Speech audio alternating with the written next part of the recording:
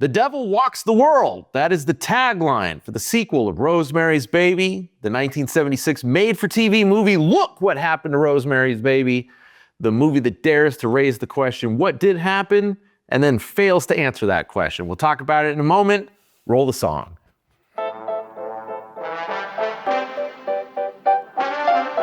We all love the first one, but the second movie sucked.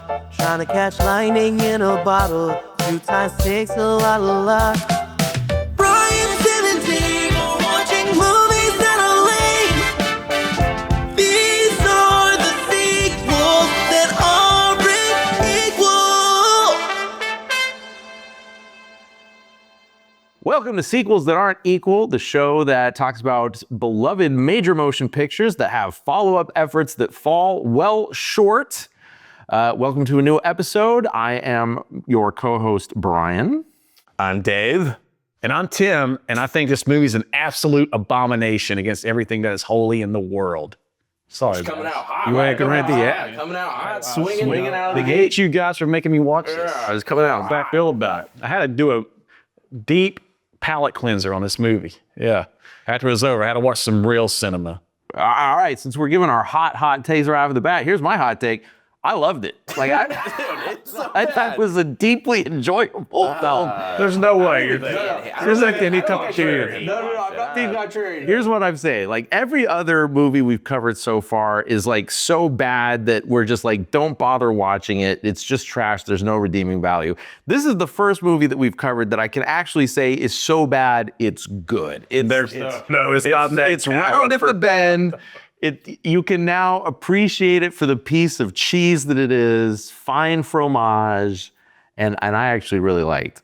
Look what happened to Rosemary's Baby. There's no way I could ever watch this again. I'd rather be penetrated by a toilet brush than ever watch this movie again. This is the good news about this is, guys, is this was made by Hollywood to be a cinema film. You know, to go into a theater and watch. It was made for TV, which I didn't know that going in until I started watching. I was like, oh, this looks really horrible. Oh, it was made for TV. Oh, in absolutely. 1976. Yeah, we'll talk about the movie of the week phenomenon here in a moment, but let's table set the first movie, 1968's classic by Paramount, Rosemary's Baby. It was based on the 1967 bestseller by Ira Levin. Yeah, I'm going to read that. I didn't know it was a book until we started doing this. Yeah, it was like a big bestseller the year before. He's the same guy that also wrote Stepford Wives as well. Really? Okay. I didn't know that was a book either. Yeah, so I'm an adult. I read books. I'm going to read both of these. he was kind of like the John Grisham of like the late 60s where he was like he was writing thrillers. There's like a couple other movies that I can't think of off the top of my head that were also based on his book. So he was a thriller writer. How long was the book out?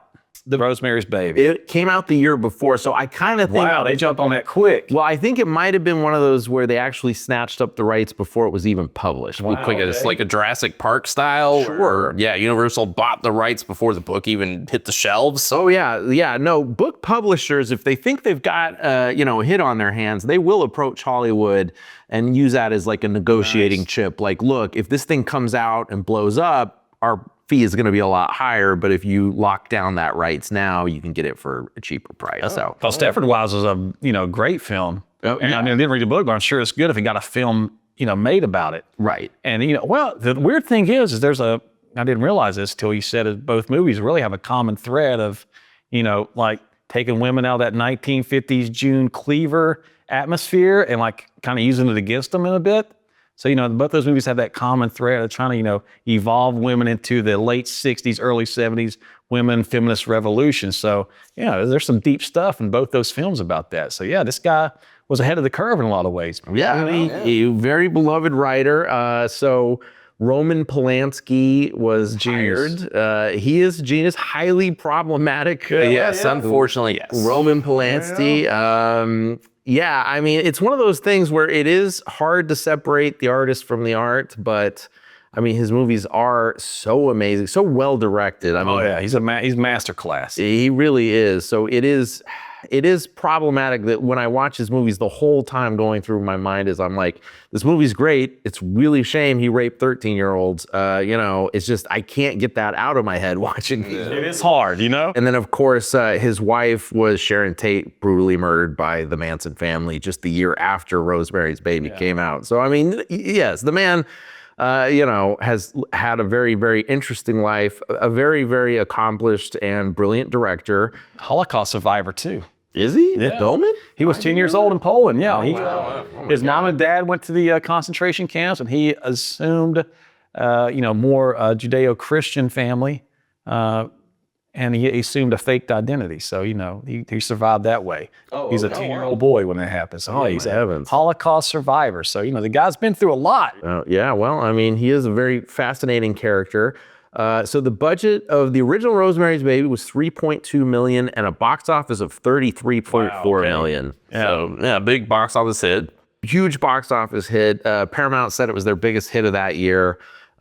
Did very, very well for them. I'm actually surprised it took them so long until 1976 to attempt a sequel, frankly, with it being so good. So really, the first question is Rosemary's Baby something that could have been made into a sequel before we tackle how they actually did? So Rosemary's Baby, it's one of those movies where you kind of know the ending as you start to watch it. You're really just watching to see how they get there. Rosemary, of course, and her husband move into this apartment complex where the friendly neighbors next door take them under their wing. And over time, kind of insinuate themselves into their lives, start controlling every aspect of their lives. She's trying to have a baby with her actor husband who's having trouble succeeding as an actor. And then all of a sudden he apparently makes a deal with the devil because he gets her, he drugs her one night. She gets raped by Satan, gets knocked up with Satan's baby. And then it's the horror of what is going to happen when she has this baby. What's that going to look like? And then, of course, they never do show Rosemary's Baby. Yeah, great move. Yeah. It's the same way Spielberg didn't show the shark for the majority of the film. And he might have got that same idea from Polanski not showing the baby. It's a great move because just your imagination, what that baby looks like alone is scary enough. Right. You're having Satan's kid. Yeah, and they mentioned the eyes, and we do see, Satan's eyes, but we never saw the baby's eyes, but we saw that. So, when they mention, the eyes, you can, imagine the baby with the eyes, and they mention claw hand or something with the hands. They feel what's wrong with his hand. There's just so much tension and suspense as she's like walking to that, creepy altar, the black it's her crib. Like the sense of dread. It's so unsettling, and the dread in that is just you're just we're gonna go see the baby. You're just the tension of that. It's incredible. That's a master class in just building dread. I think Ari Aster, who did Hereditary, Midsommar, took a lot of notes from Rosemary's Baby because he took what Polanski did in Rosemary's Baby, put that in Hereditary, and it's just like a dreadful movie that you do not feel good coming out of. Yeah. Rosemary's Baby, you don't feel good coming out of that. No, and that's actually really interesting. I never made the parallel between those two films, but now that you say it, I definitely see it in Hereditary. Yeah, it's not easy to do, to build dread like that for a whole film and have that big payoff at the end where you come out feeling dirty from that movie. Yeah. You need to go see some cotton candy and puppy dogs, to wash that taste out of your mouth. Right. First time I seen Rosemary's Baby, I was probably in my late teenage years, and it was the first time I was like, man, I'm watching real cinema. One of those few moments, after I seen Rain Man, Full Metal Jacket, I was kind of in that mode. Right. I was like, let me see Exorcist. Let me see what Rosemary's Baby's about. Yeah. And it's like, this is a movie. Even though I didn't understand Rosemary's Baby from the get-go, and the older I got, the more I watched it, the more I appreciate it. And now I think it's in my all-time top 10. I think it's masterpiece. It is a very well-made movie. It's not a movie that I enjoy watching, so I've only seen it, maybe 3 times total in my life. I didn't see it until film school, so I went to film school, and of course was surrounded by pretentious film school people. Hoity-toity Brian. You never saw Rosemary's Baby or Chinatown or all these movies that, of course, I never saw because I grew up on Spielberg and Zemeckis films. Those type of movies were my diet of films up till that point. So that was kind of my great awakening. I saw it, really enjoyed it, thought it was rarely made. I mean, I shouldn't say I enjoyed it. I really appreciated it for what it was. But it is, like you said, a very hard watch. So really, I did rewatch it to prepare for this, but that was at most the third time I'd ever seen it. Yeah, I saw it in high school. Like I said, in high school, very pretentious film geek. So the contemporaries for me, Fincher, Aronofsky, Spike Jonze, Shel Gondry, those were the cool, directors. And I like to think of, musically, that was for me the Nirvana, the Pearl Jam, the Smashing Pumpkins. And then the classic rock equivalent of directors was then Kubrick and Polanski, Cronenberg, Lynch. So in high school, more probably senior year, started getting into those and like ate up Kubrick films and, saw, Chinatown, Polanski. Like you said, I don't love it, but I appreciate, like the use of tension and all that. It's definitely when you think like, it's not a horror movie that you're like, get the bros together, we're throwing down, Rosemary's Baby, because like horror, was always, kind of this like party kind of movie or, date, like, hey, she'll get scared. She'll, one of my first dates ever was Scream 3, took a girl there.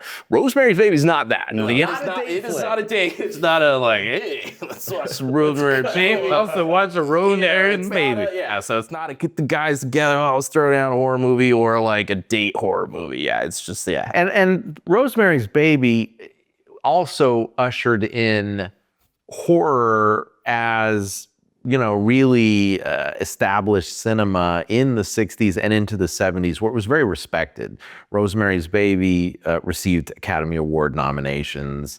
On the heels of Rosemary's Baby, we got other films like The Exorcist, which received many Academy Award nominations. It's got like 8 nominations, which is incredible. Like, you're not going to see The Conjuring get 8 Academy Award nominations in today's world. So in the late 60s, going into the 70s, prestige, that's the word I was looking for. Prestige horror. Prestige horror really was a thing in the 60s and 70s. And, correct me if I'm wrong in the comments, I really think Rosemary's Baby, if not the movie, was certainly at the tip of the spear, kicking that off, that whole, hey, let's look at horror movies as these, Definitely played off Hitchcock a whole lot. That's true. Yeah, Hitchcock probably being the first. Okay, yeah, all right. Psycho, I would say probably the first of that more prestige, definitely. but then, it's definitely Rosemary's Baby, certainly elevated, where, you really are admiring the cinematography, the acting. And it's that big space of that apartment, kind of like what Kubrick does with the hotel.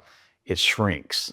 They're in that New York City apartment, and as the movie goes and goes and goes, her whole world shrinks into that one room in that apartment. And it's the same thing Kubrick does with The Shining. You got that big hotel, and it just shrinks.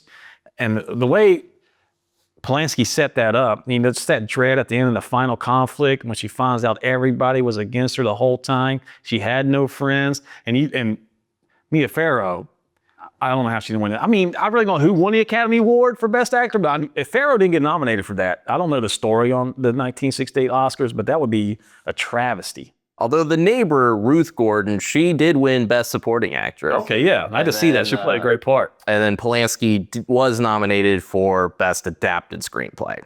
Oh, he didn't get Best Director?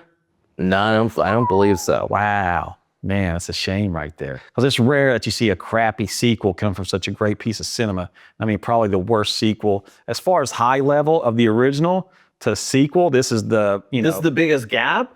by a country. I mean, it's a big free fall. I feel like usually there's maybe steps. This is just a free fall. Okay, interestingly you say that because I've always felt that the biggest gap between the greatness of the first one and the terribleness of the sequel was Jaws to Jaws 4. Oh, yeah, you're right. But there's 2, 3. I mean, we at least had a couple sequels in between. Yeah. And you this is Jaws too. Yeah. Yeah. I didn't even know this movie existed till a couple of weeks ago. And when I watched this, I was like, man, there's, like you said, prestige. This movie is in the Hall of Fame of not only horror, but cinema altogether. And this made for TV, who decided it should be made for TV? And this is like a pitfall. This is not in the basement. It's actually from heaven to hell. If you want to make that comparison of how far, this a sequel is from the original.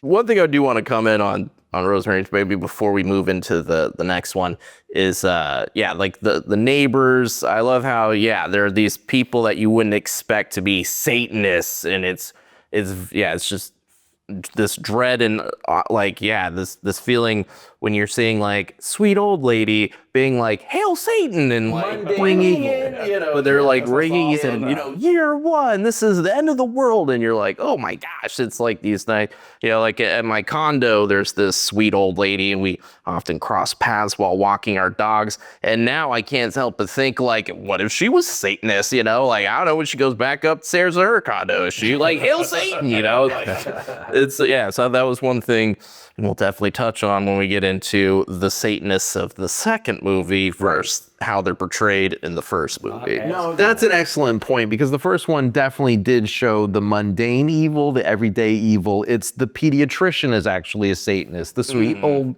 next door are actually Satanists. These business tycoons, and in the end scene, as they all congregate to welcome in the birth of Rosemary's Baby, you see that they come from all walks of life, usually very respectable, very well established, and people that you would never ever expect are agents of evil, and that definitely plays to the power of it, the paranoia of it. Who could it be? It could be anyone.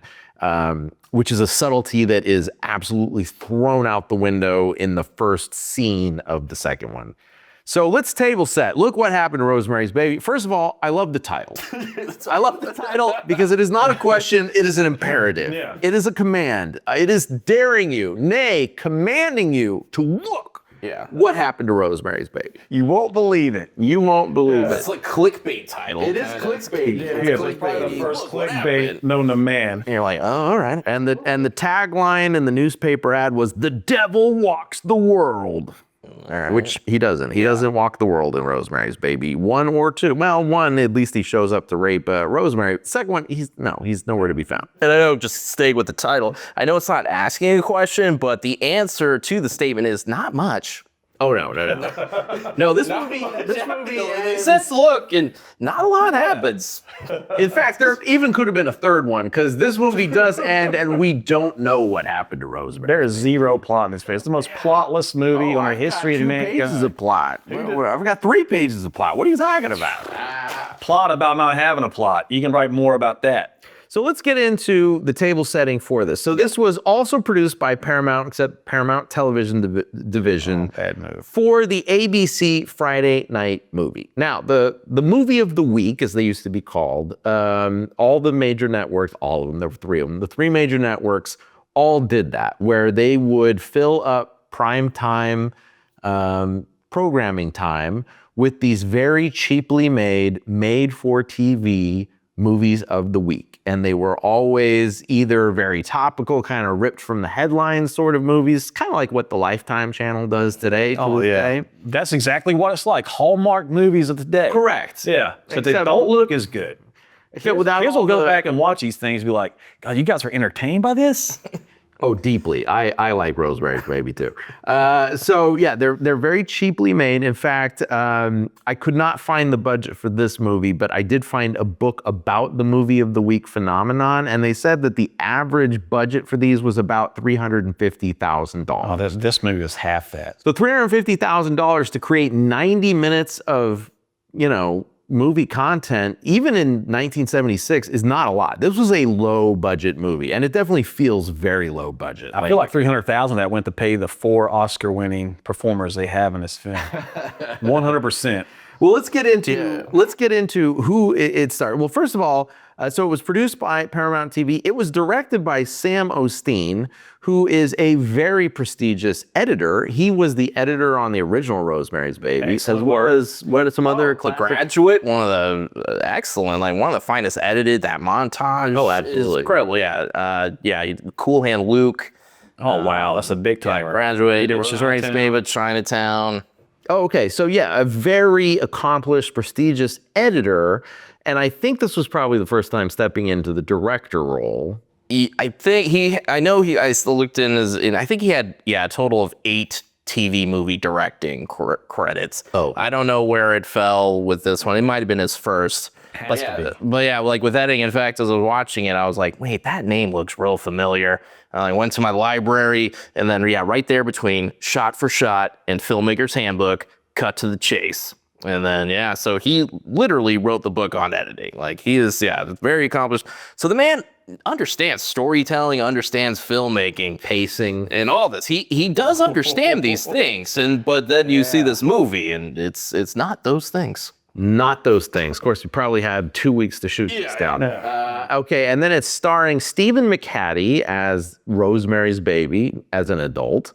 Patty Duke, who was kind of like the Miley Cyrus of the 60s. She was a teen, sensation. She had the Patty Duke show when she was like 16, 17, primetime comedy.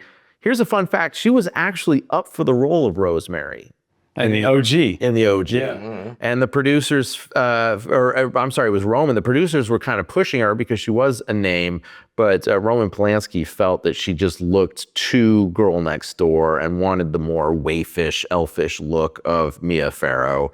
But yeah, Patty Duke was put up as, one of the contenders for the original Rosemary. So it's interesting that she got to portray Rosemary years later. Also stars TV star George Maharis. And does that name ring a bell at all? No, it does not. No. Okay, so George Maharis starred in a string of police and Western shows from like the late 60s and stuff. I'm like, where have I heard that name recently? And so I Googled it, and I had heard it recently because I just rewatched Once Upon a Time in Hollywood. Oh, yeah. That's and Rick Dalton is based on George Maharis. Oh, is it? Yeah. That's awesome. Interesting. George Maharis and a couple other guys, but, So he was an FBI.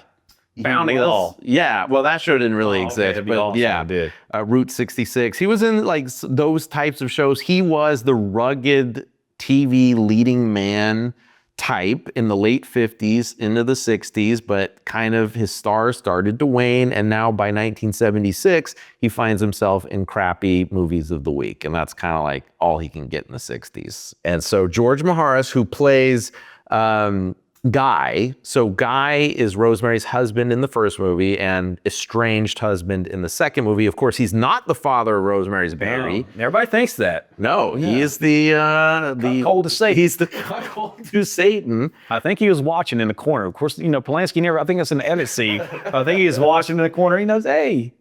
Get through the blinds, the old Satan. Yeah, Kind of my wife. So yeah, that's George Maharis, who plays Guy now in this one. Of course, that was Cassavetes, John Cassavetes, the famous director in the first one. He was kind of like one of those actor turned directors like Sidney Pollack. Yeah. Played Guy. He was great in the first movie, replaced by George Maharis, aka Rick Dalton in the second one. Of course, we've got Donna Mills looking white hot in this movie. Very hot. She was kind of like your go-to 70s into the 80s hottie, like, right? You just needed to cast a hottie in your movie, made for TV movie, of course. She was never in major motion pictures or, Was she the girl at the end? she was the girl. Nice, yeah, she's Donna beautiful. Mills. Yeah, she was in a, ton of those types of things. Love Boat, Fantasy Island, that kind of stuff. She was your go-to for that.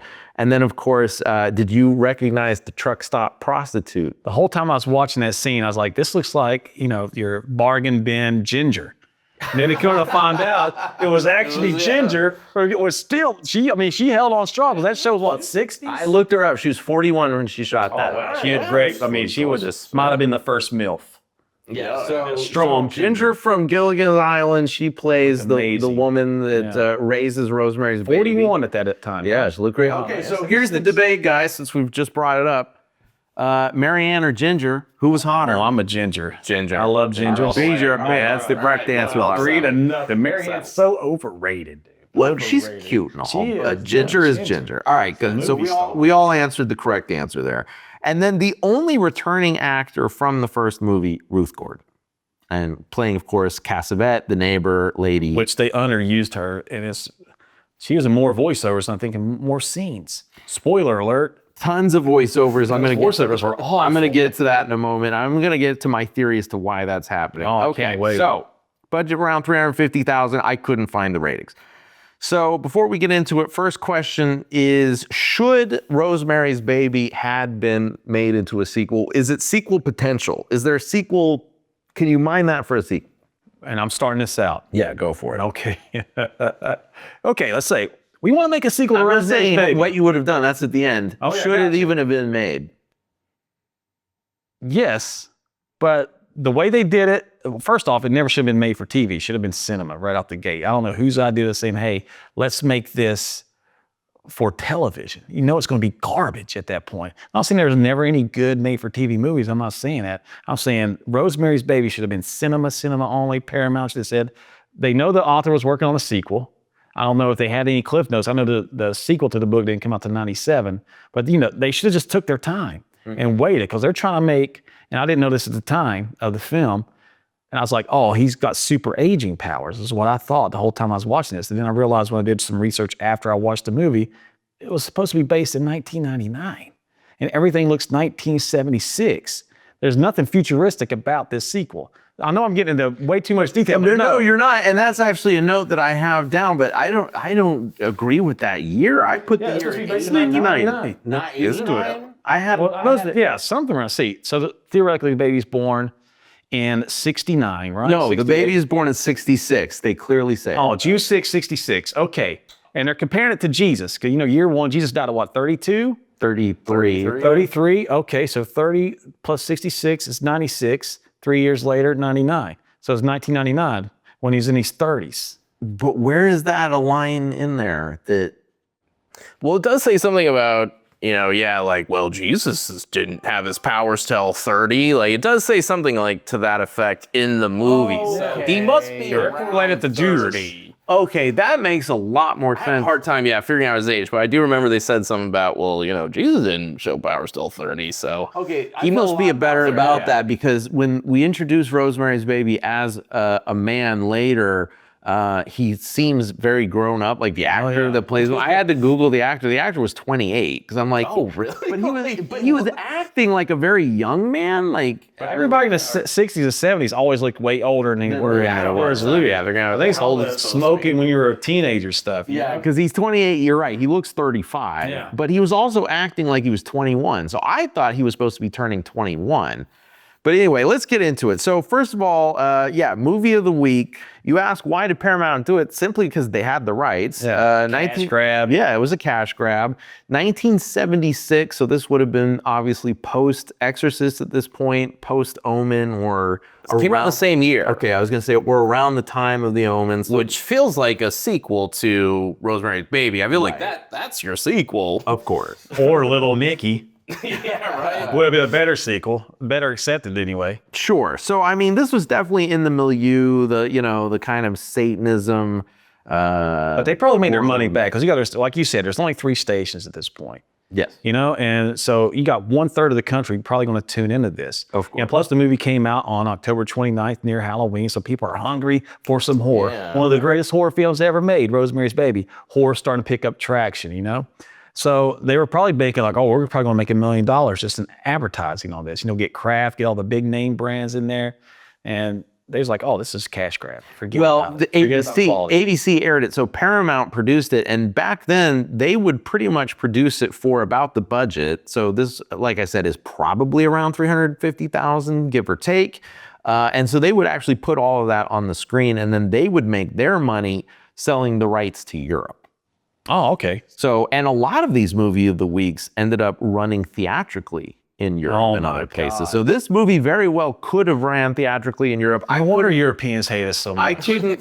He made them watch this. I couldn't find whether or not this one aired. Somehow I feel like this one didn't. I feel Like a lot of these movies of the week that air here would run theatrically in Europe. Okay, Or so Europe. I love the IMDb summary of this movie, and then we'll get into the plot. The IMDb summary is, having been adopted by the madam of a southwestern brothel, a now adult Adrian must cope with the fact that he's Satan's kid and not living up to his expectations.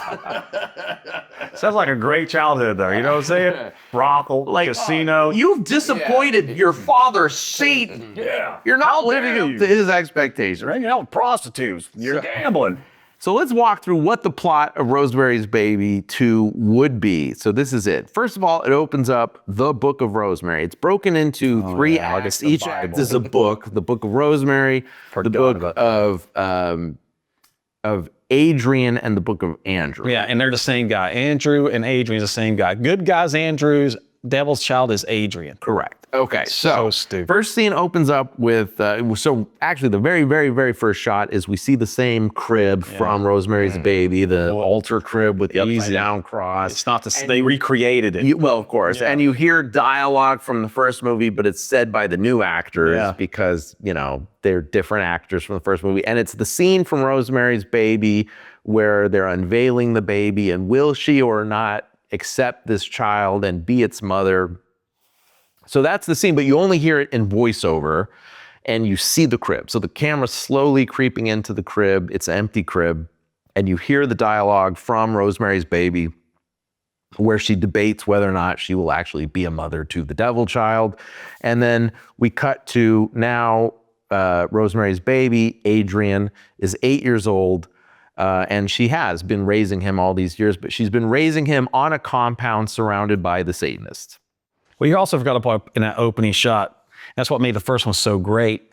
Is, you know, they're in her apartment, the old lady's apartment, and, you know, the knife falls down to the ground. It leaves a stain on the carpet. She picks up that knife, you know, makes a comment like, "Hey, let's try to keep my apartment clean," which is like those little character dimensions that made that movie such a masterpiece, and which you do not get none of that. Absolutely zero redeeming qualities in any of these, not redeeming qualities, but any kind of qualities that made the first one so great. Well, off the bat, I was going to say there's no subtlety whatsoever in this movie. So we talked about how the Satanists in the first movie were very much the everyday people, your neighbor, your pediatrician, whatever. Off the bat, we meet the Satanists in the compound. They are always wearing the black cloaks. They are always chanting, "Hail Satan." I wish I would have counted. I'm sure that the words "hail" and "Satan" together must have been said 100 times at least in this movie. And the fact this is on TV in America in 1976 blows my mind. I know. You know? It says "Hail Satan" a lot. Yeah, they're dressed like they got the Stonecutter's outfit from The Simpsons. Like, yeah, it just looks silly. Just in your mind, picture the most stereotypical portrayal of what a coven of Satan worshipers would look like. I promise you, it is them. They surround a circle with a bunch of runes etched into it on wood, and they chant "Hail Satan." And so subtlety is gone. They're no longer the next door neighbor. These are the Satanists. And so we meet Adrian, and he is not a devil-looking child. So, of course, in the last scene of Rosemary's Baby, we never look into the crib. Polanski never shows us into the crib. But when Rosemary sees the baby, she cries, my God, his eyes, look at his hands. What did you do to him?" So obviously he is deformed. He is a devil baby. But, of course, now we see Rosemary's Baby. He's Adrian. He's a very cute little 8-year-old dude. Blonde-haired, blue-eyed, you know, all-American looking kid. And we meet him in his room, and I love Adrian's bedroom because, again, subtlety out the window. So this is an 8-year-old's bedroom. So picture an 8-year-old's bedroom, except it has doll parts hanging on the walls, just like a torso, a head, and a leg because it's disturbing, and then Nazi flags. There's Nazi flags. There's Nazi stuff. Nazi flags. I forgot about in every corner of this kid's bedroom. So basically, the art director was like, "So who's this kid? He's the son of Satan. I need to show that he's evil. Okay, I'll put some doll parts and some Nazi flags everywhere you look." Case closed. He's Satan's kid. He's evil. He's got Nazi flags.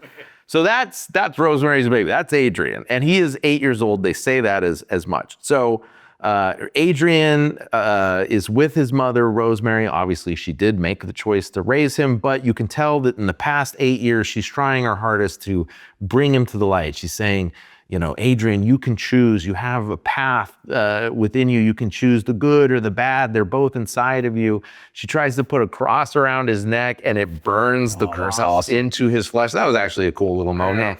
It's all about her trying to basically win him back from Satan. And I was like, okay, You got something you gotta The do. quality is obviously diminished, but okay. She was very whiny about it though. I was like, okay, this is what the plot's going to be. It's going to be about her trying to save him from Satan.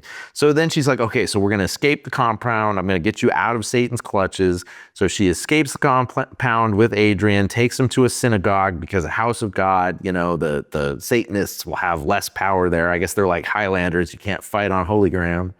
And then it's hilarious because the Satanists, in order to track her, they surround the board of the runes and they use like, you know, telepathy or astral projection or whatever, and they can see what she's doing through their Satan power. And they like cause the synagogue, like the windows to blow open and the doors to blow off and like the wind to blow through. And they're like, oh, what's going on? But they can't, you know, actually do anything to her. So then they're like, okay, she's on the move. Where she's going to go? She's obviously going to have to contact her estranged husband, Guy, in order to get money. Because remember, in the first one, Guy sold his soul to Satan so that he could be a famous movie star. So now in this one, Guy is living in Beverly Hills in a mansion in the Hollywood Hills or wherever. I mean, he's A nice crib. very nice crib. Obviously, they only rented the exterior of it. They shoot every scene at the pool. It's really funny. But it's, you know, the pool of a very nice house in the Hollywood Hills or Beverly Hills or wherever that they rented for this movie. And so the Satanists call Guy and they're like, look, Guy, she's obviously going to call you, you know, trying to get you to help her. We want you to help her so that you can help us, you know, bring her back. That's a bad move by Rosemary. Doing exactly. And so that's exactly what happens. You know, she calls him from the road. She's at like a truck stop, and she's like, look, Guy, I want you to... Now, this was actually a pretty smart move on her point.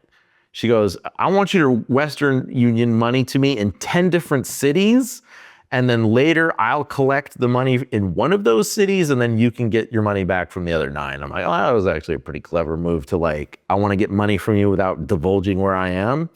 But the Satanists were one step ahead of her because this scene is hilarious.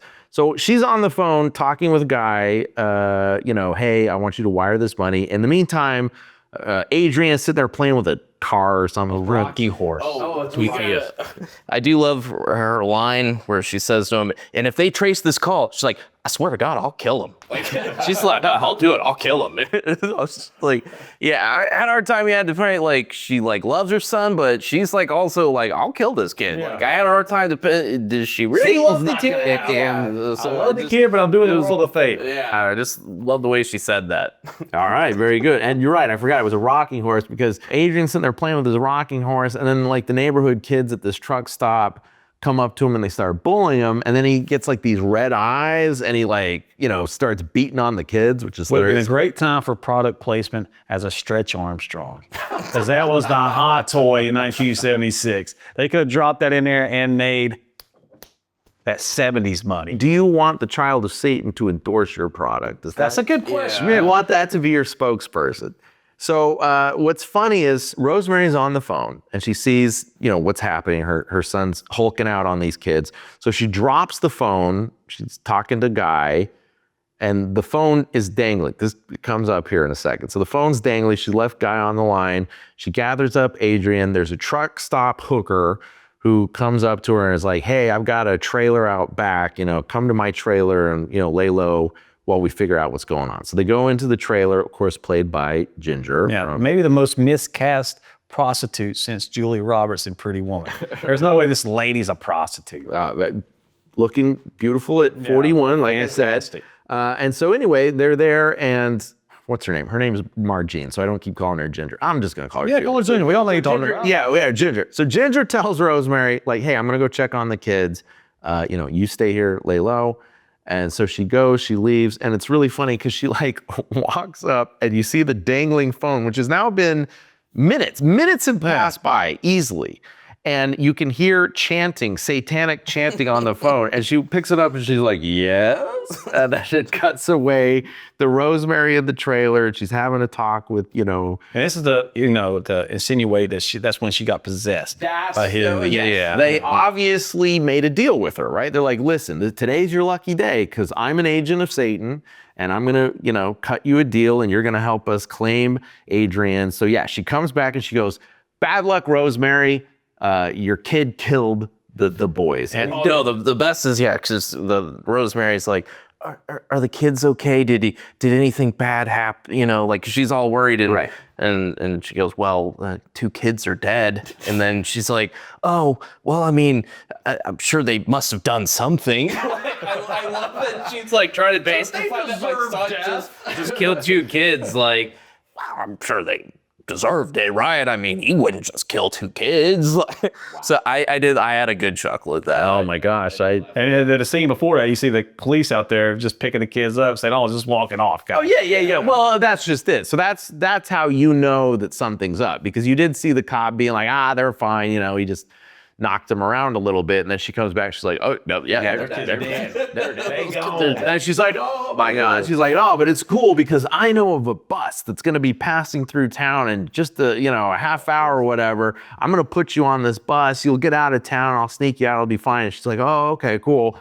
So they go to the bus stop. The bus opens. She's like, yeah, let me help you with her thing. She's helping Rosemary on the bus. She's holding Adrian while Rosemary's loading up the suitcases, whatever. Bus doors close, the bus takes off, and Rosemary's like, what's going on? And she like runs to the back window and she sees, Ginger, and she's holding 8-year-old Adrian as they disappear into the distance. And she runs to the front of the bus to tell the bus driver to stop. She pulls open the curtain and it's empty. The bus seat driving itself. This is a great moment. All right, I watched this going, I actually really like this movie. Anyway, yeah, so we see the bus drive off with Rosemary, and then we hear in voiceover. So, as you mentioned, it's not the first voiceover. No, there's many times. Many voiceovers. You hear the Satanists in voiceover, and they're telling you what you're seeing, and they're kind of setting up the plot, and they're constantly reminding you of the plot. Yeah. But you don't cut away to them. No. You stay in scene, and then you just hear was Oscar-winning actors, and they're doing voiceover. Okay, so I'm sitting there and I'm watching this, and I'm wondering, why are they doing what they're doing? And it hit me why they're doing what they're doing. Because this is a movie of the week. This is meant for television. This is meant for someone who's channel surfing and stumbles upon this, and they don't walk to the movie theater, buy a ticket, sit down and watch it beginning to end. So throughout this movie, constantly, you've got voiceover of the Satanists saying, oh, they're stealing the kid. That's Rosemary's baby. He's Satan's son. That's okay. We want this to happen. And like later, like throughout the movie, they will constantly tell you what the plot is in case you tuned in at that moment. With 3 channels? Yeah, I think channel surfing was a thing until like that cable came out. I'm telling you. Who's flipping through 3 channels? I have not read this. This is my theory. Oh, that's no. This is it easy to make that argument. Were they flipping through 3 channels? No. This is, well, not just that, not just surfing, but like you got home from work, you turn on the TV, like you didn't make appointment television, right? This is 9 o'clock at night, though, 9 p.m. on the East Coast. Yeah, but it's not. What was Thursday night on NBC called? Must-see TV? Yeah, it wasn't must-see TV. Yeah. It was just the movie of the week. Do you know what played opposite of this? What? Bob Hope Special. For people that don't know, especially, these are boomers and, like people that killed Nazi generations, they love Bob Hope. They do love So they were tuning into that. So that's your first strike is you're going up against a monster. You're going against Hope, you know? Okay, so that concludes the book of Rosemary. Margene, or Ginger the prostitute, has stolen Rosemary's baby. Rosemary is in a bus. We never see her again. We don't know if she lives or dies. Patty Duke. Oscar-nominated actress. TV's Patty Never Duke. see her again. Never see her She's again. on that bus forever. Well, we don't know. Does it? And that would have been awkward. Like, does it just pull into the next Greyhound station and just open the doors and just like, does someone else then try to get on? Here's my bus to Albuquerque. Don't get on this bus. I demand a refund from the Satan bus. I just think that bus is still driving around to this day. 40 years later, she's just a skeleton through the last seat because it never stopped for food.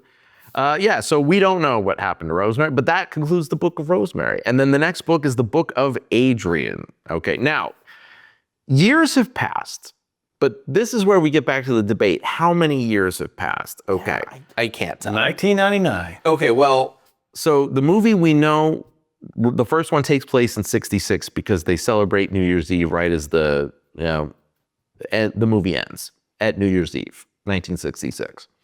We know Adrian is 8 because they say it when he is kidnapped by Ginger. So that puts us at 1974, which is almost the year the movie came out. So we're like, okay, it's shot very obviously present day at the time. Yes.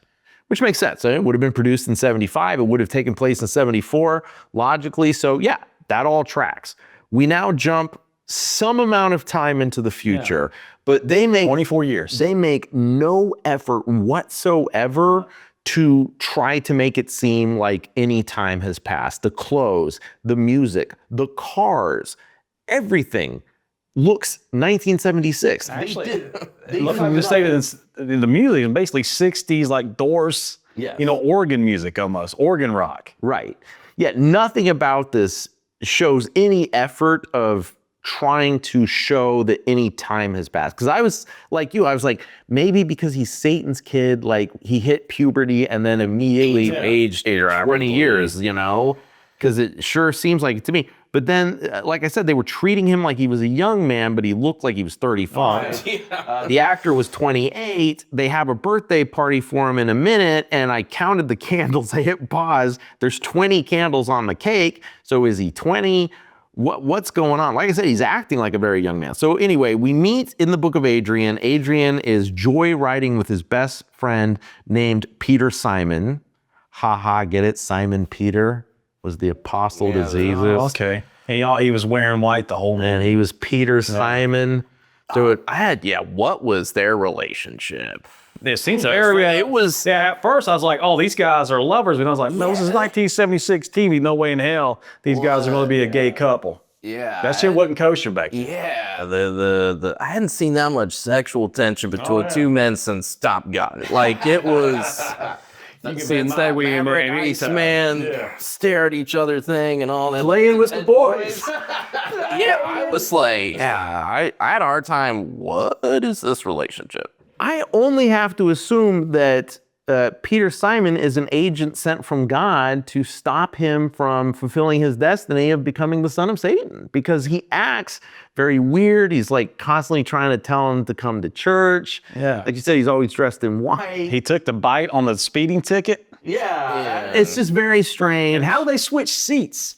If Adrian's driving, then the cop pulls him over, it's Peter Simon. So they say how to switch seats, which is very, that's a small compact car. Well, yeah, How but much you room have is the there? son of Satan and you have a modern day apostle, so they both have powers. All right, got you. So anyway, it starts off with those two guys. They're joyriding in a hot rod. They get pulled over by the cops, but Simon does the switcheroo so that Adrian doesn't take the hit, because later on the local cop, there's a scene where he's talking to Adrian and he's like, one more mess up from you, boy, and I'll send you away forever. So obviously, he's always getting in trouble with the local police. So now Ginger runs a casino, obviously out in the California desert. Looks like it was shot around Victorville, I would say. No attempt to make her look older. Exactly. What is a good move? Basically, he's the same age as Adrian is at this point. Well, because he looks so much older than he is, and she looks great for her age. So you're right; they look very close in age. Yeah, which also had some weird sexual tension energy there too. There was a lot of. I was like, what is This is this? the house of Satan. Who knows what's going on? And that's just Satan. And of course, to show evil in the 70s, they put it in a casino, because casinos are evil. And he plays rock and roll in the casino lounge. What was it about rock and roll back in the day that just made people lose their minds? Like this was the music of Satan himself. What was it about it? I don't know. And what's funny is, like you said, the music that they play isn't even like Black Sabbath or anything. It's very Doors. Now, what if they would have dropped some Black Sabbath or it wouldn't rock? So she has a confrontation. Ginger has a conversation with Adrian, like, hey, Adrian, you need to keep your act together, son of Satan. Yeah. Stop getting in trouble with the law. I mean, I don't know what she The expects. most sensual way possible. I was confused. Yeah, is he supposed to be getting into more trouble because he's Satan's kid? Yeah, I almost felt like, I was very confused. It's almost like you're leading up to a lot of, porn plots. You know what I'm saying? It's just like, what's something ready to happen here? Yeah, well, it's Never gets there. it's that level of acting, certainly. I almost feel like it's a Skinamax edited movie. You know what I'm saying? Like, had that kind of vibe with zero. Yeah, no, that's a great adult situations. Well, except for the very end, which we'll get to. But yeah, no, that's a great point. It does feel like a Skinamax film with no skin in it. So she tells him, hey, get your act together, and your birthday's coming up. This is a very important birthday, because this is the plot point, right? His birthday's coming up, and for some reason, this is the birthday where he has to choose whether or not he's going to fully embrace his Satanism or if not. He turns And 33. He's turning, oh, is that it? His birthday's on June 6th. Yeah. 66, which is 666. No, I get that, but I didn't get that he was 33. Yeah. So. But he doesn't know this, right? Because he says something about like, oh, your special godparent kind of are coming. Correct. Like so like they're never really like, You are Satan's gift. yeah, right? They bought him the car. They bought him all these things, Right. They support him financially. And they tell him that, hey, all these people, special people are coming in. It's, the Satanists coming. They're all coming to celebrate his birthday because this is going to be like the big birthday where he turns into the son of Satan fully or not. Or they said, or we'll kill him, right? So that is kind of like the stakes of the plot at this point as we're watching the countdown to his birthday, and the tension as it is will he embrace the Satan side or will he embrace the good side? And there is a line in there from the Satanists where if he doesn't embrace the Satanist side, something really bad will happen to him. I guess the writer couldn't be bothered to, say what that would be, but they just say, oh, something really bad's gonna happen if he doesn't, embrace the Satanism. So that's what's going on. So he decides to take a joyride to clear his head, and while he's driving, there's like a biker gang that surrounds him, and then it's a weird moment where he tries to kill them. He obviously actively tries to drive them off the road. So I'm like, is this him embracing his Satan side or what's going on? Well, that one lady says, and every time he does something bad, his eyes turn red. We told us about Yes. that. That's why, look at his eyes from the original. I think that's what they were going for. Still kind of deformed in some way. But the lady kept on bringing up that he has to blood somebody. Yeah, the blood, some kind of blood knee. Blood knee is what she is. I call it the blood knee. So this whole time we're thinking he's going to kill that biker gang. Oh, so you think he has a compulsion to kill, that he's He needs to kill against before he can God? bring the devil out. Okay, because it was strange. He was just driving along. They ride along beside him, and then all of a sudden he tries. And these are awful. And I'm like, fight scenes. what is going on? So anyway, he and this is a biker gang. Yeah. So then he pulls over to a payphone and he calls Peter Simon to be like, oh man, I feel really bad. I almost ran these bikers off the road. And of course they, in the meantime, catch up to him and they're pounding on. They're like, hey man, you just tried to kill us. I don't know The what most this is. unintimidating biker gang in the history of TV cinema, at least. And so they pull him out, but then the eyes turn red. He hulks out again, beats him up, but doesn't kill him, and then runs off to a church to have a heart-to-heart with Peter Simon. Now, in one of the best scenes of the movie, in my opinion, is when Peter Simon is driving to the church to have the heart-to-heart, and he gets attacked by the eagle.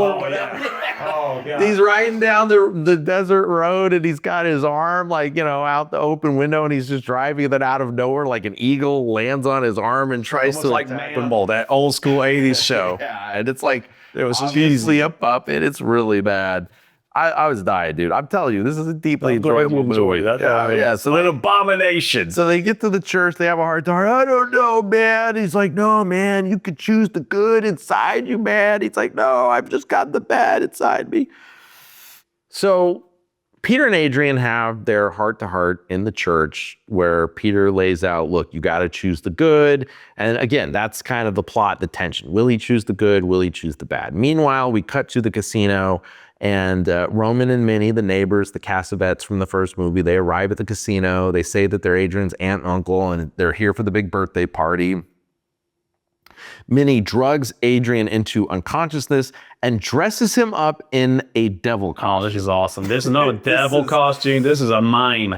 He dressed like a mime. I know. This is like the base makeup for Joaquin Phoenix and the Joker. This is he looked like a mime. He looked so unintimidating. Right. And this gallery of, rough-looking people that come in, dressed nice, but they just look unsavory all the way through. Right. You don't know nothing's up. Just these random groups of people just come in. It was so weird. It's a weird scene right here. This is a really weird scene. And Tim, you're just not giving it justice. He really does look like a mime. He's got a mask behind his hair of him. Is that you're revealing on stage? Yes, his face. Oh, weird. I was going to say it's like a featureless face mask behind. He's wearing it behind his head. Yeah, because isn't it just white makeup, but then like a little bit of red or something, right? Like it's a mime. Yeah. Just like the Joker. We're almost like Hitler mustaches on his eyelids because they're like small squares. It's very ridiculous. So he's splayed out on the table, surrounded by the Satanists, chanting "Hail Satan" yet again. All the candles are black, surrounded by a million lit black candles, and they're chanting whatever the incantation is to, basically do the quickening with Satan, I guess. The most boring ceremony ever. Very boring. Well, it's made for TV, 1976. They can't be as elaborate as they were in the 60s. The window blows open, there's lightning and wind and everything, but it doesn't take. He rejects the Satan. Doesn't make a full ascension, and then they're just kind of like, oh wow, that didn't work. What are we gonna do? And they're like, so they just they hand Guy a knife, and they're like, well, why don't you just go ahead and sacrifice him then? And he's like, really? Okay. And so he's gonna do it. He goes to make the stab, and they're like, no, that was just a test. They're like, well, his body might still yet be useful. And I'm like, okay, interesting. For what is what I'm thinking. Well, we're gonna find out in the third act what they have in mind, but we're like, okay. And then this is the scene right here that makes the movie chef's kiss. So then he jumps up off the table. He has rejected the quickening with Satan, but obviously is still under Satan's power. Yeah. And so the rock band is on stage in the other room in the lounge of the casino, and they're rocking out to their Doors organ music. And then he runs out, he takes the stage, and he starts dancing, right? Now, he doesn't sing. Like, I keep expecting him to sing. It's karaoke. Yeah, it just moves like Jagger. He did have some Jagger because he kind of did. He was doing some Jagger. Yeah. He was jaggering it up. And then, and they cut to lots of writhing 20-something-year-old bodies. All the girls in this joint are braless. There's a lot of shots of girls wearing tank tops, obviously not wearing bras. They pushed that to the limit for 1976. There's some midriff going on. You can tell that they sat down with the censors and were like, what can we get away with, boys? And they're like, well, you can show your shirts, braless. So Johnson & John's like, you all stop it? And don't order baby shampoo for you. So, they're all grinding and writhing, and then the Satanists come out and they're watching from a distance. Creepily watching. Nodding approvingly, and then finally, and this is the moment where I'm like, this is awesome. And they're like, you know what? I'm sure Satan appreciates that this guy's corrupting many youths instead of just one sacrifice. We feel like this is an even better sacrifice to Satan. And I'm sitting there going, what's the sacrifice? So here are some 20-somethings. So we're not talking about like youth. We're not talking about virgins, obviously.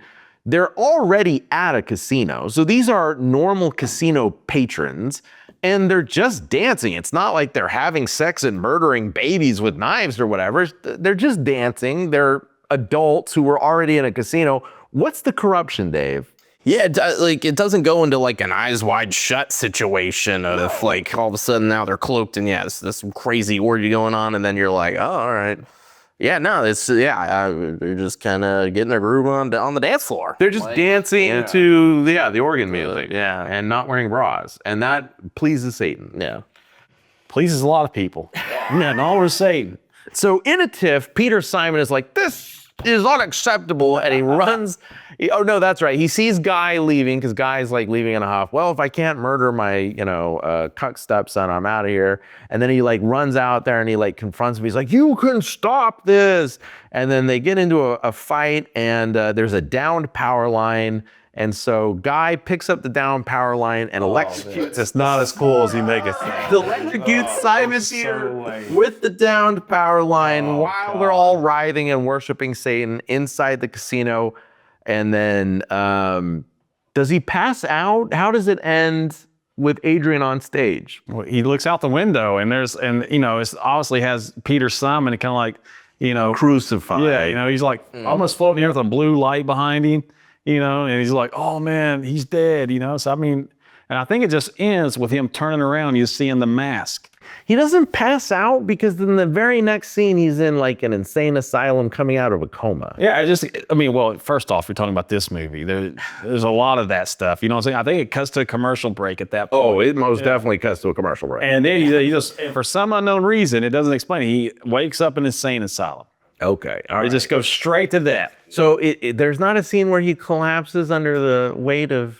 I don't know. Yeah, but I guess it would have made sense, and I'm trying to impose sense upon this. Don't do that, Brian. So anyway, that's how it ends. His friend is dead.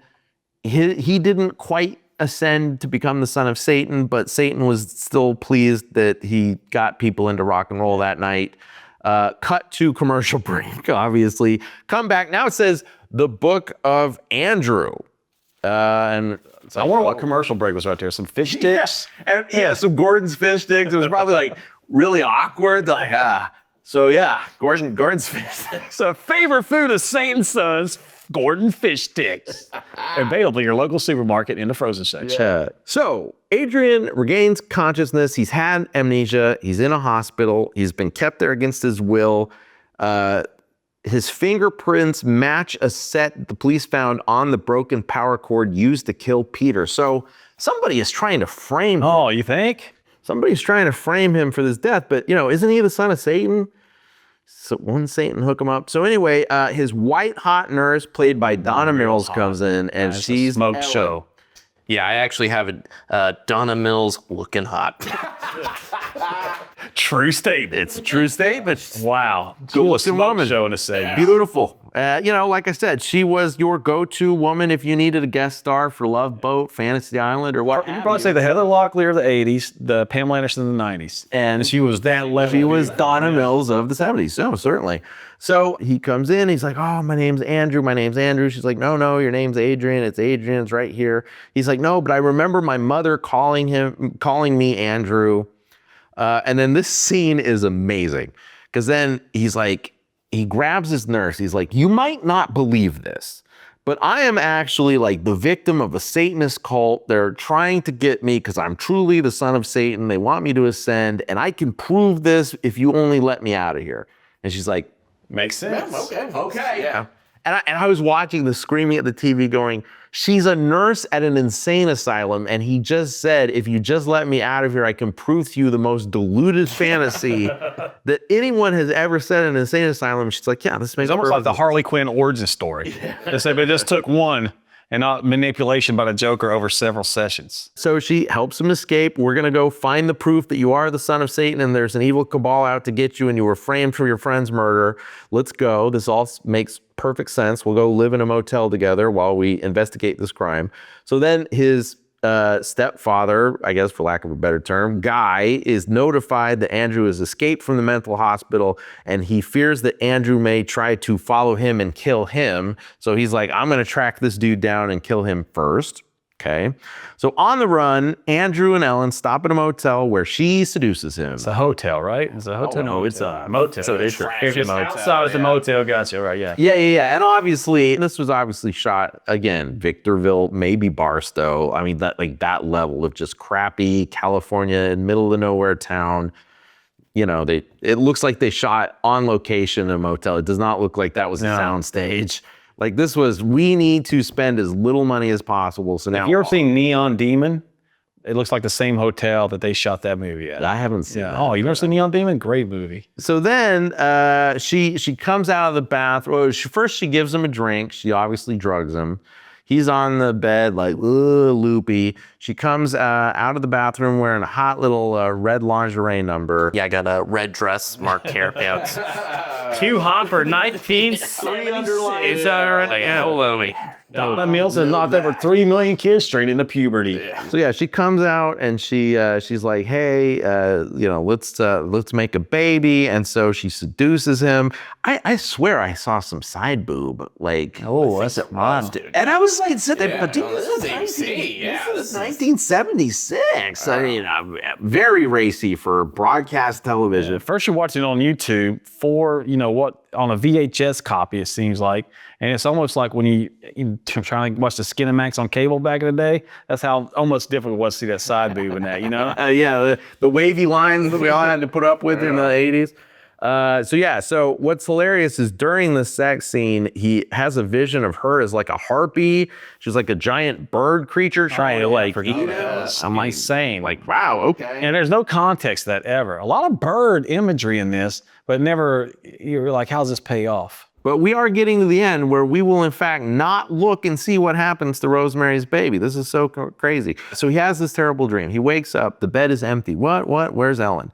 He goes out into the parking lot, sees her there in the parking lot where she gets run down by a rogue car. And it's almost filmed like in a way like the car might be driving itself, like the bus. I was like, oh.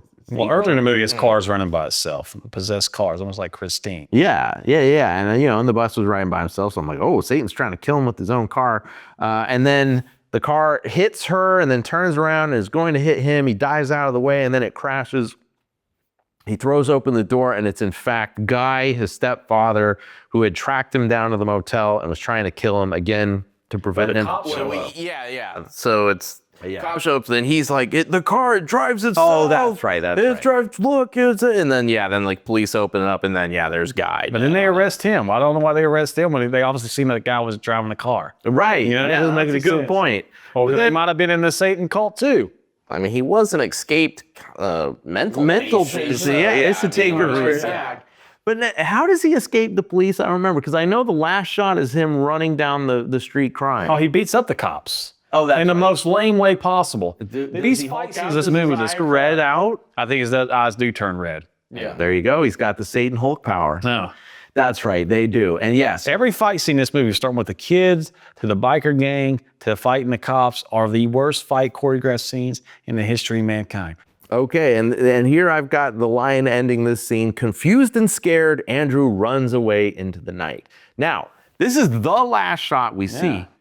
We do not know what happens to Rosemary's Baby. He's still out there. After this. He could still be running to this Still day. looking. Yeah. To this day. So, Wandering the earth kung fu style, right? getting into wacky adventures. I just love that the movie's called Look What Happened to Rosemary's Baby and then doesn't answer that. And we question. are great. not a lot happened with I mean, when you think about it, what happened? He was going to turn into Satan, but then he didn't. And then his dad killed his friend. And then some hot nurse got pregnant by him. And then he runs into the We looked at this script and said, this is the script we're going to go with. I want to know, I want to be in that meeting. And he, didn't become like a rock star or whatever. Just it's when he's aspiring, like, oh, you with your music or whatever. And like, that never goes anywhere. He's a lounge singer in a shitty casino in, like I said, the San Bernardino desert, like, maybe Victorville, something like that. I'm like, Satan is hooking up all kinds of people. He can't hook up his own son with like at least, a recording contract. Yeah, because Guy got a Hollywood deal, right? No, he did, didn't he? Oh, yeah. Adrian got gypped. Yeah, right. Yeah, he did. When the Satanists would call him to check in on him, they'd make jokes like he'd be like, "Well, I'm making a movie with Paul Newman next week," and then she's like, "Oh, I'm gonna have to come out there. You'll have to introduce me to Charlton Heston." So the movie ends with Roman, and this is Roman, not Polanski, but Roman and Minnie Cassavette, the kind neighbor couple, sitting in the waiting room of the hospital, visiting their pregnant granddaughter. The doctor informs them that the pregnancy will continue as normal. Their granddaughter is revealed to be Ellen, aka Donna Mills, who survived her injury of the car accident. During the end credit scenes, we see still images of Ellen giving birth to Andrew's baby, Rosemary's grandchild, Satan's grandchild. So Rosemary's grandchild. And that ends. Look what happened to Rosemary's Baby. Thank God. We made it, guys. The worst movie ever made. Did they ever, did they ever think about or want to make a third one now with that baby? I don't know. Great question. There are, in fact, 2 follow-ups to Rosemary's Baby that we could discuss. In 2014, there was an NBC miniseries starring Zoe Saldana Oh, wow. Okay. remaking Rosemary's Baby. Okay, I remember his, but that's just a straight remake. That's not a legacy sequel, right? That was big back then to do that. They did that with The Shining, which is actually a pretty good miniseries. Okay, They had the guy with wings in it. Right. So that was 2014. And then in, like you said, 1997, Ira Levin released his sequel to his book, Rosemary's Baby, called Son of Rosemary. Son of Rosemary. Son of Rosemary, which has nothing to do whatsoever with the plot here. It is wild. If you look it up on Wikipedia, it's about this son does usher in the end of the world and all kinds of crazy shit happens. So that is the 1997 sequel book to Rosemary's Baby, and then starting in January of 2022, so 1 year ago, as we're taping this, there were all kinds of chatter on Deadline and on Hollywood Reporter and Variety about this show or feature. I'm sorry, it was a feature film called Apartment 7A, which was the apartment that Rosemary lived in, and it is a secret prequel about the Cassavetes and the Satanists leading up to Rosemary. And there's the girl that dies in the beginning of Rosemary's Baby, you know, because she's talking with her neighbor in the laundry room, and then the neighbor ends up dead. Yep. I guess it's about her and about how they tried, like she was the first Emma, the failed experiment. Okay.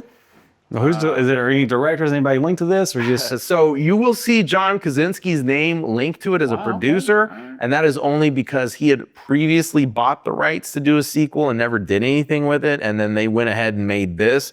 So he's attached as a producer, but he doesn't seem to be actively producing it. The main chick in this movie is, I forget the actress's name, but she's the blonde girl from Ozark. And then there's The daughter of Ozark. She's a great actress. Yeah, she's a great actress. Can't remember her name. Sorry. She's the lead actress in it because I looked up the IMDb page, and then a bunch of like TV actors who you kind of recognize their face, but I couldn't tell you what they've been in. And then I saw chatter, so I was trying to track it down on the internet to see if I could get like a release date on this thing. And I found, the last article I found was June of 2022 saying that production had wrapped. And I cannot find a peep since. And it's been now 6 months. And this is not the kind of thing that I think would take too much more than that to edit. Yeah. I have a feeling it will be straight to Paramount Plus. So if you see I presume straight to Paramount Plus movie called Apartment 7A, that is in fact, which doesn't mean it's going to suck. I have no it's hard for anything like that good. to make it. If you're not Marvel, Star Wars, big IP, it's hard to make it in any cinema now. Oh, you're saying just the fact that it's streaming and release doesn't mean that it's bad? No, that's a good point. That is a valid point. I should not knock it so squarely that it is. There's a lot of good streamers out there. Yeah. You know, it might do, whatever the requirement is to be award eligible in cinema, what 18 days, something like that. So it might do that. Yeah. And then, go straight to stream like Glass Onion did. They, they did whatever the requirements were to, get award nominations and all that, and then go straight to Netflix. Right. So anyway, keep an eye out for Apartment 7A. I'm looking forward to it. I think it's a good idea. Is in fact a sequel film to Rosemary's Baby. Prequel, but sequel. All right. The Devil Walks the World. So, Tim, you've been very vocal about your thoughts about this movie. I've been vocal about my thoughts of the movie. I had a blast. I thought it was hilarious. Dave, we didn't really hear how you land. What'd you think of watching Look What Happened to Rosemary's Baby? So right off the bat, it's not good, obviously. But is it watchable, baby? If you can go on YouTube and find that scene of him in the makeup and the dancing, watch it. I will say watch that scene. It's wild. And Donna Mills. Oh, yeah. And then you don't get some Donna Mills seduction. You don't get the eagle attack on Peter Simon in the car. Yeah. This is just for spectacle, though. All these scenes just for spectacle. Yeah. You don't get possessed bus ride with Patty Duke. That's awful. Don't watch that scene. Yeah, it's rough. I don't know if I can recommend it. Maybe I certainly could never watch it again. Oh, no. Certainly never throwing this back in or, watching it. Yeah, it's just, it's unfortunate that it got made, but it does have some highlights of, Donna Mills. It's got, the great dance weirdness, his scene. It's bad, but It's very bad. and do I recommend a hate watch? I don't know, man. There's got to be other hate watches you could do.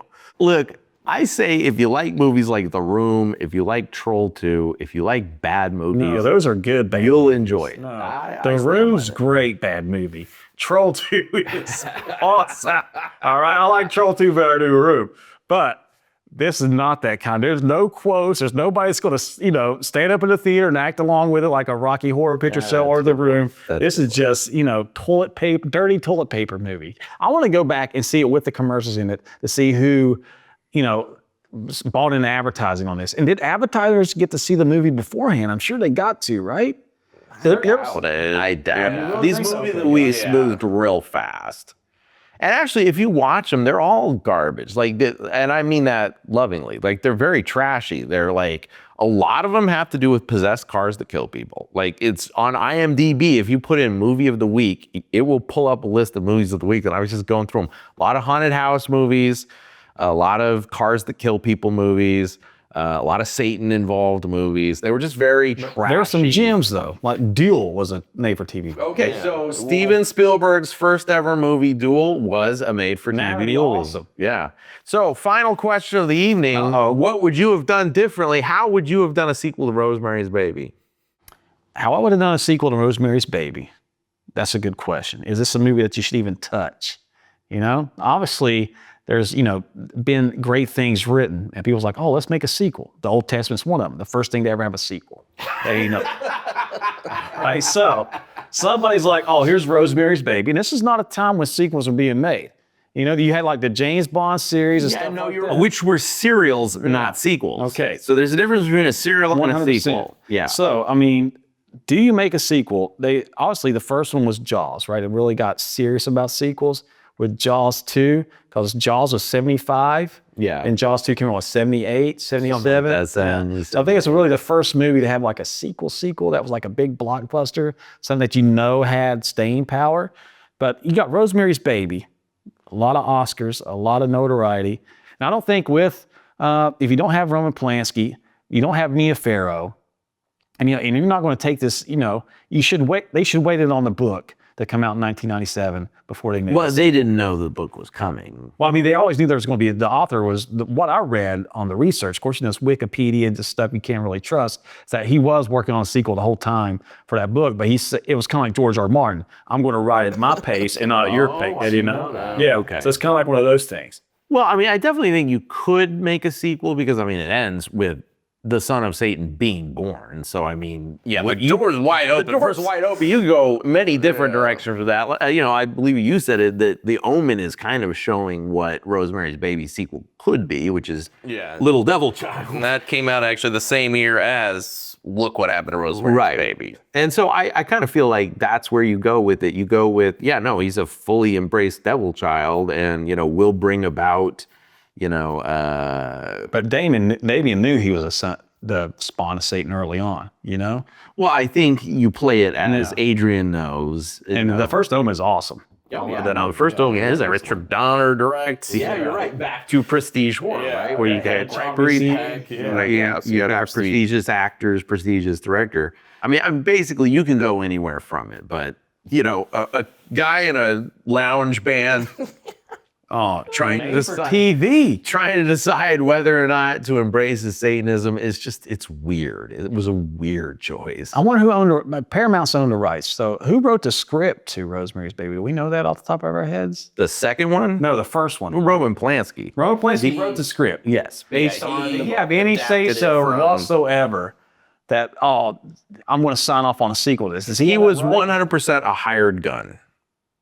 Yeah, no, William Castle. So I don't know if you noticed the name of the casino in this because they kept showing the sign every 5 minutes, Castle Casino, Castle Casino. I was like, guys, once it was funny. William Castle was the producer of Rosemary's Baby. He was the guy that bought the rights to it. He's the guy that owned the rights to it. He's the guy that produced the second one. So William Castle is the guy that signed off on Rosemary's Baby. So that's who we got to go back in time. The rights to and put a hit on. Is William Castle. Thank you for clearing that up. Now, didn't they make a lot of bad horror? Yes. So then he produced the first Rosemary's Baby though, right? Did he do any prestige? Because I thought no. It's interesting. I actually found a DVD documentary about Rosemary's Baby on YouTube researching this, and it had an interview with who's the kid stays in the picture, the famous Paramount producer. No. With Bob Evans. There we go. Bob Evans. So Bob Evans was kind of like the head of production at Paramount, I want to say. And Castle, he acquired the rights to Rosemary's Baby, brought it to Paramount. They're like, oh crap, you're actually really onto something, Castle. Yeah. So even said in the interview that like they were kind of shy because Castle had a reputation for cheap schlock. And they're like, we think we can do something really special here. And so they kind of like co-produced it with Castle, but then Castle, you know, retained the rights. But Paramount co-produced Rosemary's Baby 2 with him. But yeah, Bob Evans in this documentary is like, yeah, we were kind of hesitant to get in bed with Castle, but he had the rights to Rosemary's Baby and we wanted it. So we made sure that they shepherded him into doing Polanski, hiring Polanski. That was them. They're like, this Roman kid, he's going places. He had just done a couple movies that, you know, had done really well. I mean, not like blown up. They're like, he's kind of like the hot young director. Let's do it. And he did have an Oscar nomination for, I think he actually won for Best Foreign Film, or was nominated.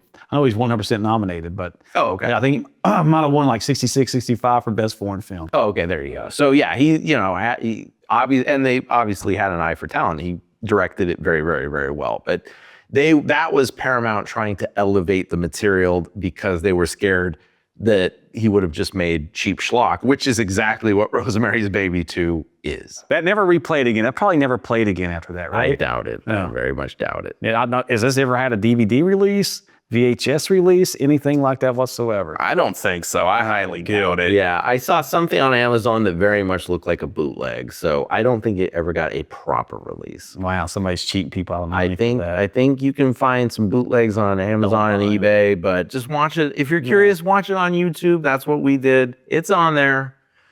I thought it was pretty good, but it's most definitely a sequel that is. Oh, it was pretty good. Good might not be the right word. It's interesting. I thought this is, in my opinion, out of all the crappy sequels we've done so far, I think this one has taken the place of Caddyshack 2 as the worst sequel ever, and I doubt anything's going to beat this. I'm going to go ahead and say this is the GOAT of bad sequels. Look what happened to Rosemary's Baby. I don't think this is the Tom Brady, we still have Superman 3 and Jaws 4. I've seen Superman 3 and I've seen Jaws 4, and I enjoy watching Jaws 4 for Michael Caine.